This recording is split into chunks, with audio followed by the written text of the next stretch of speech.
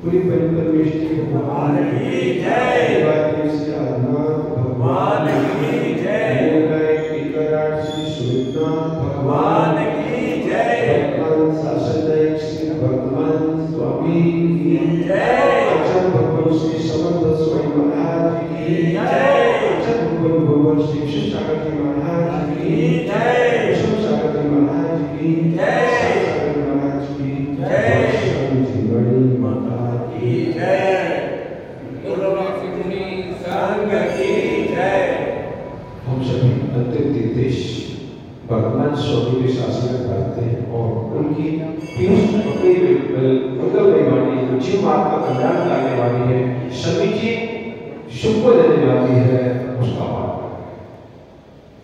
समर्थवान लोग ही झूठ और मायाजाल का व्यापार, समर्थवान लोग ही झूठ और मायाजाल का व्यापार करते हैं। हर किसी में समर्थता नहीं, हर किसी में क्षमता नहीं। समर्थवान लोग ही झूठ और मायाजाल का व्यापार कर पाते हैं। हर व्यक्ति में समर्थ नहीं है, कड़ सकती है। ठीक है क्या? बहुत सही। ठीक है क्या? नहीं है, कड़ स्वतंत्र है। अध्यक्ष जी, कड़ स्वतंत्र है। एक द्रव्य दूसरे द्रव्य का कुछ भी करने वाला नहीं है। एक द्रव्य दूसरे द्रव्य का कुछ भी करने वाला नहीं है। पर ज्ञानी वही है जो कार्य में कारण को देख लेता है। ज्ञानी वही है जो कारण में कार्य को देख देता है और कारण में कार्य को देख लेता है। समझ कुछ नहीं आएगा, धीरे धीरे आएगा। समझ में नहीं है। ज्ञानी वही जो कारण में कारण देखना जानता है, कारण में कारण देखना जानता है। अज्ञानी नहीं देख पाता, इसलिए दुखी है। जो कारण में कारण और कारण में कारण देखना जानना सीख गया है, वो कभी दुखी नहीं होता, किंचित भी दुखी नहीं हो सकता। अग्र प्राणी दुखी होते हैं, अग्र प्राणी दुखी करते हैं, अग्र प्राणी ही पर को दोषी ठहराते हैं। समर्थवान लोग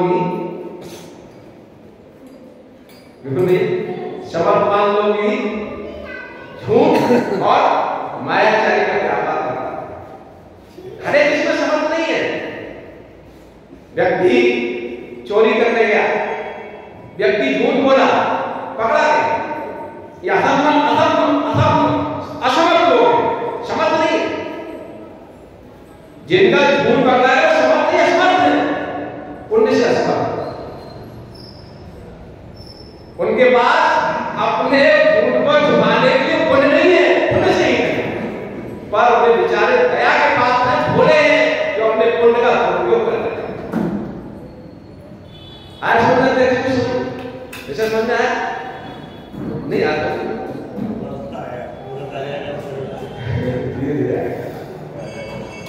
मायाचारी और झूठ वही बोल पाते हैं जिनके पास पुण्य की समर्थ है।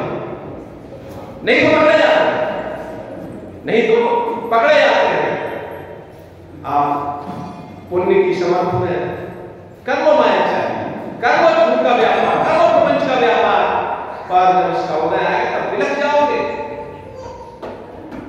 आप बिलख जाओगे, बिलख जाओगे। चंदन प्राप्त हुआ, इसको तिलक पर लगा लेते, भगवान के पूजन कर लेते, भक्ति कर लेते, तो उपयोग हो जाता। क्या तुमने किया? क्या किया चंदन को प्राप्त करके भी अपनी केवल शीत की पीड़ा को हटा रहे? क्या तुमने किया? पुण्य मिला था, पुण्य का उपयोग अपने कल्याण के लिए कर लेते, तो तुमने क्या किया? अपने पुण्य का उपयोग भी मायाचारी के लिए गया, झूठ बोलने के लिए। आपको लगता है कि लोगों को ऐसे लगता है कि हम झूठ बोल देंगे हमारा काम हो जाएगा,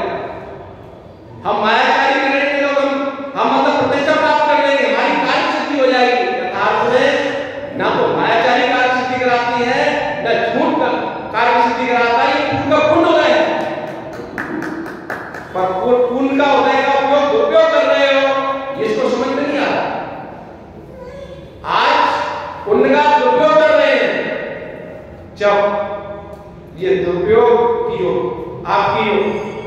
जो आप कारण बन रहा है, काल नहीं देख पा रहे।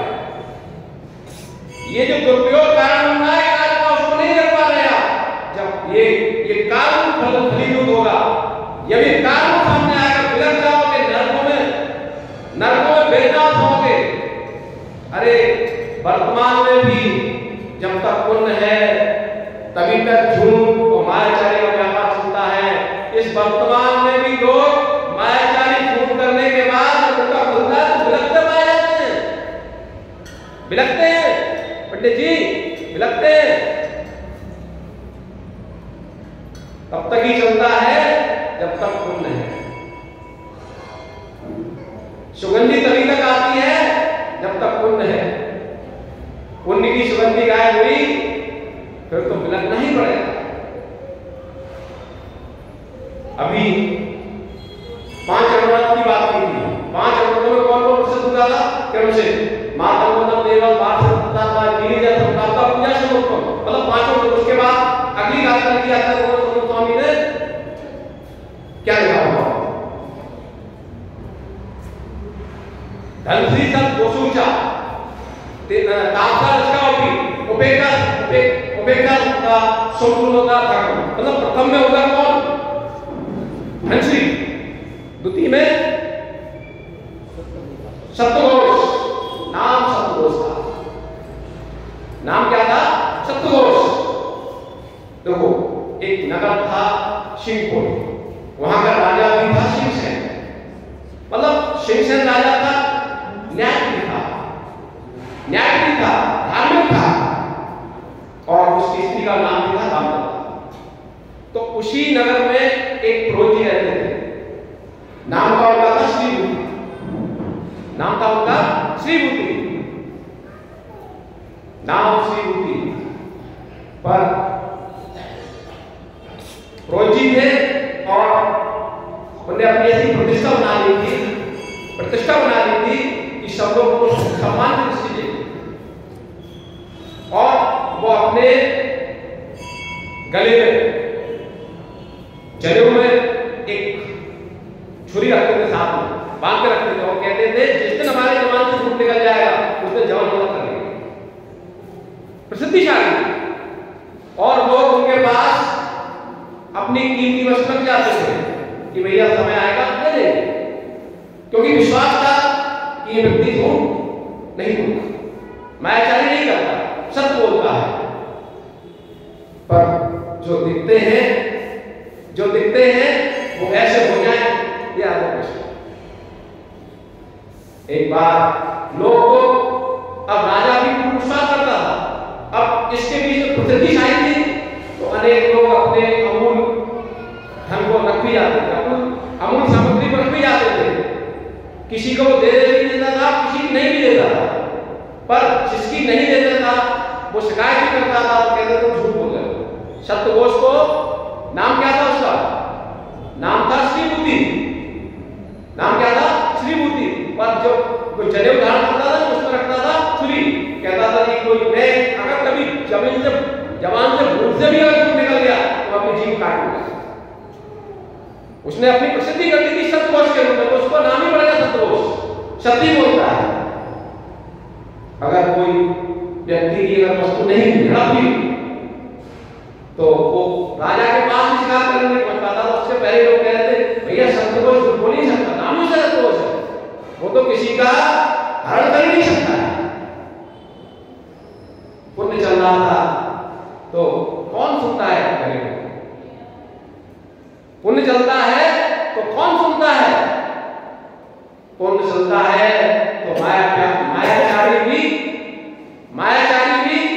ऊपर सिंहासन पर विराजमान हो जाती है, झूठ भी सिंहासन पर विराजमान होता है, और सत्य भी पैरों से रोता हुआ दिखाई देता है।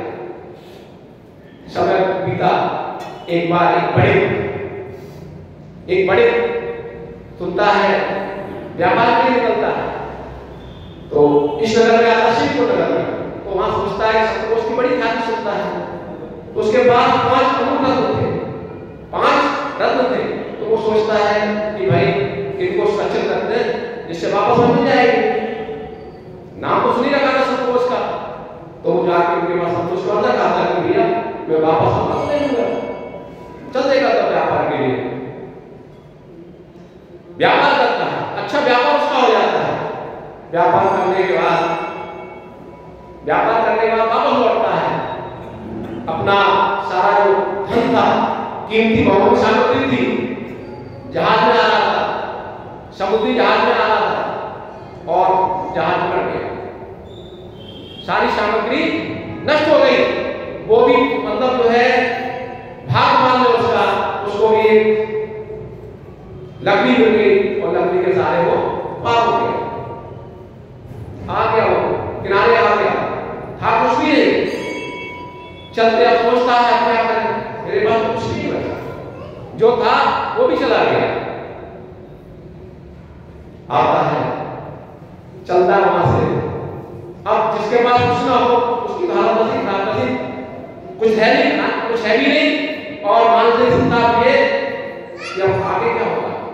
तो सोचता है कि 5 रत्न थे हमारे, वो हमने तो पुरोहित जी के पास शतकोष के मदद दिए, चलो उनको ये देखो क्या बात करेगा, जो होगा ठीक है, सोचता है और पहुंचता है वहीं। तो जैसे ही पुरोहित जी देखते हैं उसकी स्थिति को, मतलब जिसके पास कुछ ना हो उसकी स्थिति चेहरा ही बता देता है कि मतलब ये जो है इसकी स्थिति नहीं हो गई है, कंगाल है।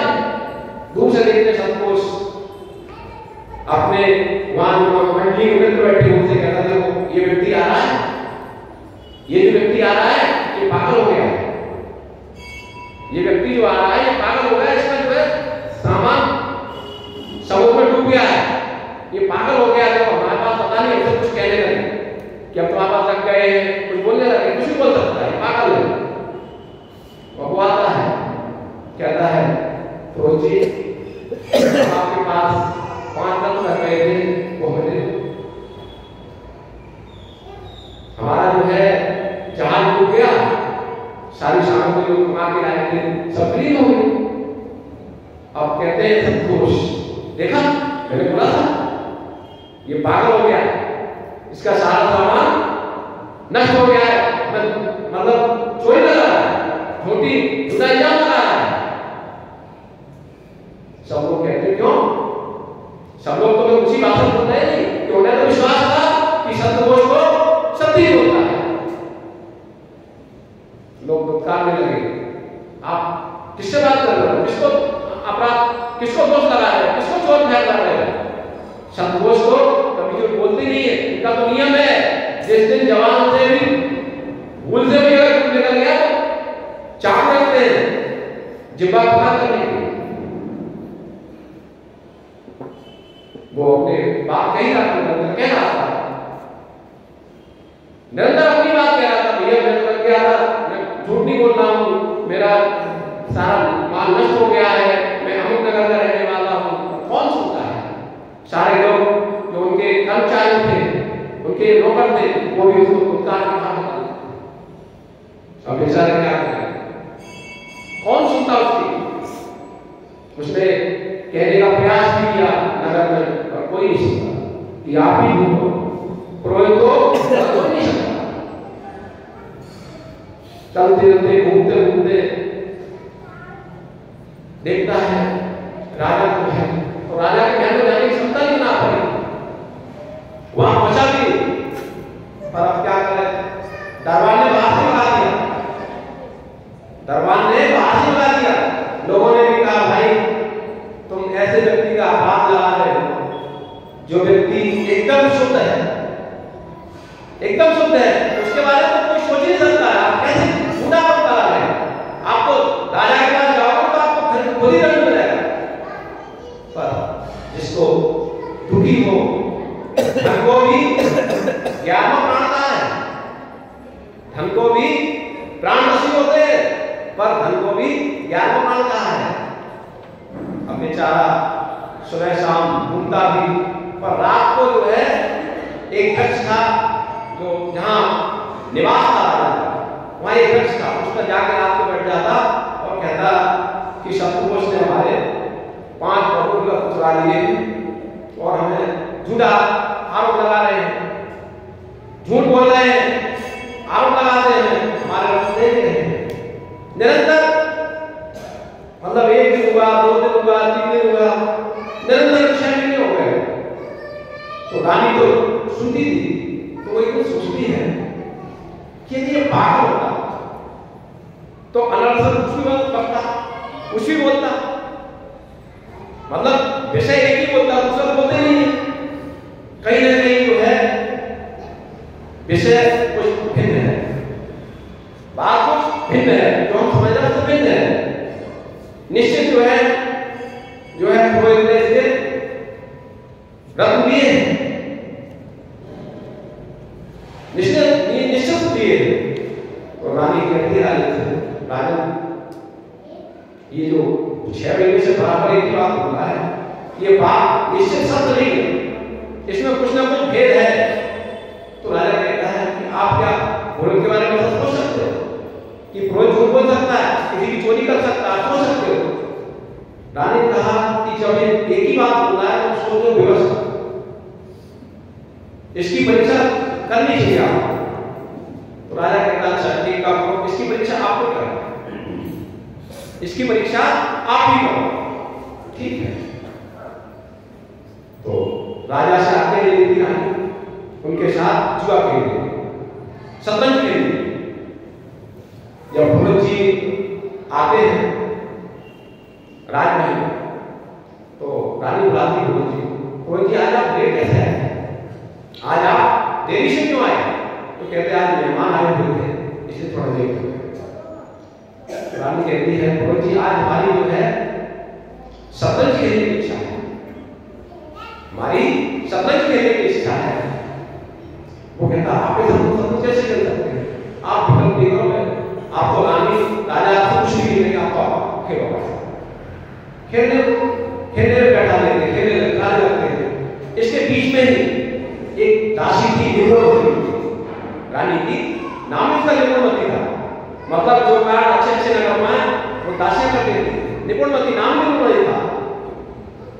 तो रानी धीरे से समझाती उसको कि आप पुरोहित जी के घर में चले जाओ और उसे कहना कि पंडित जी ने जो है, पुरोहित जी ने जो 5 रत्न जो पागल के हैं वो आप दे दो। तो जाती है, तो कैसे देने वाली? वो कह रही हाँ पागल हो गए कि पुरोहित जी हाँ पागल है, मतलब रखे क्या, पंडित रखे नहीं है तो देंगे क्या, वापस लौटा देते हैं।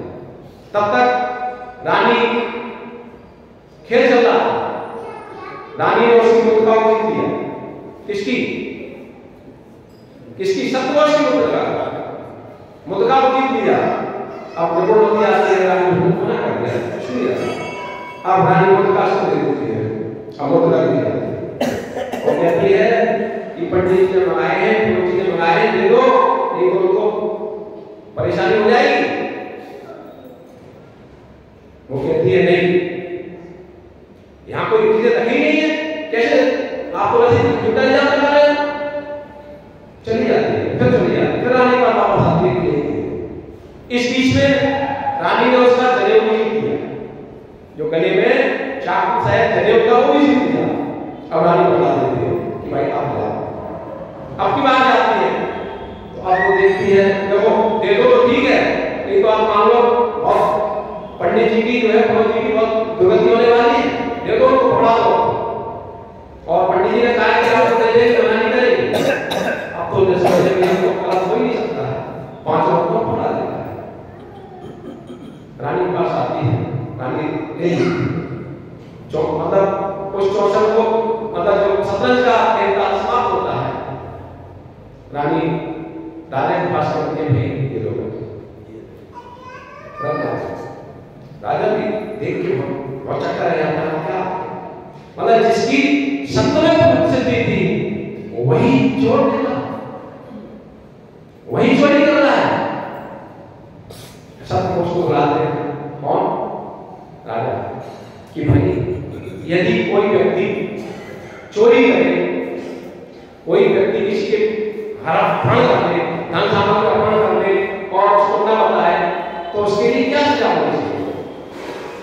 उसके लिए सजा क्या होनी चाहिए?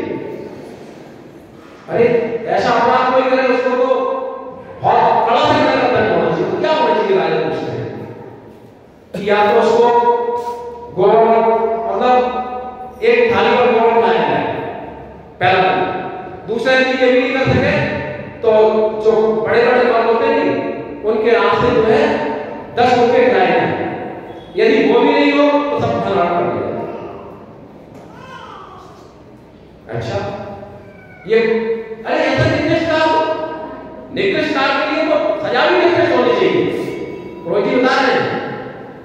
तो राजा कहते हैं भाई, अब राजा ने क्या किया? बीच में ही राजा ने उन रत्नों को लेकर अपने जो रत्न थे खुद के उन रत्नों में डाल दिए और उसी को पागल को बुलाया। इसको पागल ही कह था तो बड़े ही व्यापारी था पर कर्मों वाला था, इसके पागल लोग कह रहे थे। बुलाते हैं राजा, दिखाते हैं अपने आप रत्न दिखा दो। वो अपने 5 रत्नों में डाल देता है। राजा विश्वास हो जाता है कि भाई सत्य तो यही है। अब राजा कहते हैं भैया ये 5 रत्न जो आपने चुराए हुए वो भी हमारे पास में लगा दिए हैं। पंडित जी से बोलते हैं, रोज जी से संतोष से कहते हैं भैया आ गए हैं, अब आप बताओ 3 दंड आपने बताया, 3 दंड में से आपको कौन सा दंड स्वीकार है? गोबर खाओगे थाली भर गोबर खाना है या पहलवानों को मुक्के खाना है या फिर अपना धन देना है? तो सोचते हैं पंडित जी, रोहित जी सोचते हैं धन देंगे तो क्या करेंगे? धन तो नहीं देना, मुक्के खाएंगे कोई नहीं खाना, गोबर खाने से क्या करेंगे? हर व्यक्ति तो अपनी उद्देश्य काम करता है। यदि गोबर थाली रखा गया थाली भर में एक बार सवाल खा भी लिया, दूसरी बार असमर्थ। अब कहते हैं भगवान राजा कहते राजे अब क्या कि भाई मान लो के मुक्के खा लोगे, मुक्के खाने के लिए एक मुक्का खाने में उनकी हालत खराब हो गई। मुक्के भी खाए गोबर भी खाया, अब क्या बचा? सर्वस्व धन। अब धन भी दे दिया, निकाल दिया। मायाचारी का व्यापार क्लियर? मतलब मायाचारी और झूठ उन्हीं की चलती है जो कैसे होते हैं? जो समर्थ होते हैं किससे? पुण्य से। पर ये भोले प्राणी हैं, ये सभी कैसे हैं? भोले प्राणी हैं। अपने पुण्य के उदय के कारण जो उपयोग कर रहे हैं इनको नहीं पीछे दिख रहा है कि हमारे दुखों का कारण होता है। कर लो, आज देखो जहां देखो हर जगह देखो लोग अपने मायाचारी छल प्रपंच झूठ का ही व्यापार कर रहे हैं। उनको ऐसा लगता है कि यदि हम नहीं करेंगे तो हम समृद्धशाली नहीं होंगे, हमारी दुनिया में ख्याति नहीं होगी, ऐसी मना कर रहा है। पर जब इसका उदय आएगा तो जैसे पुरोहित जी बन गए ऐसे लगना पड़ेगा। इस पर्याय में नहीं मिल गए तो अगली पर्याय में लगना नियत है। इसलिए पुण्य मिला है, सहयोग मिला है, पुण्य मिला है, व्यक्ति सहयोग मिला है। इसको जो है मायाचारी छल प्रपंच में नहीं, अपने आत्म कल्याण को करें, सत्यता को जीवित करें, सहजता को स्वीकार करें तो हमारा जीवन सफल होगा, दुर्गति के पात्र नहीं बनेंगे। और यदि इसका सदुपयोग नहीं किया तो संसार भी बढ़ेगा और दुर्गति भी होगी। इसी भावना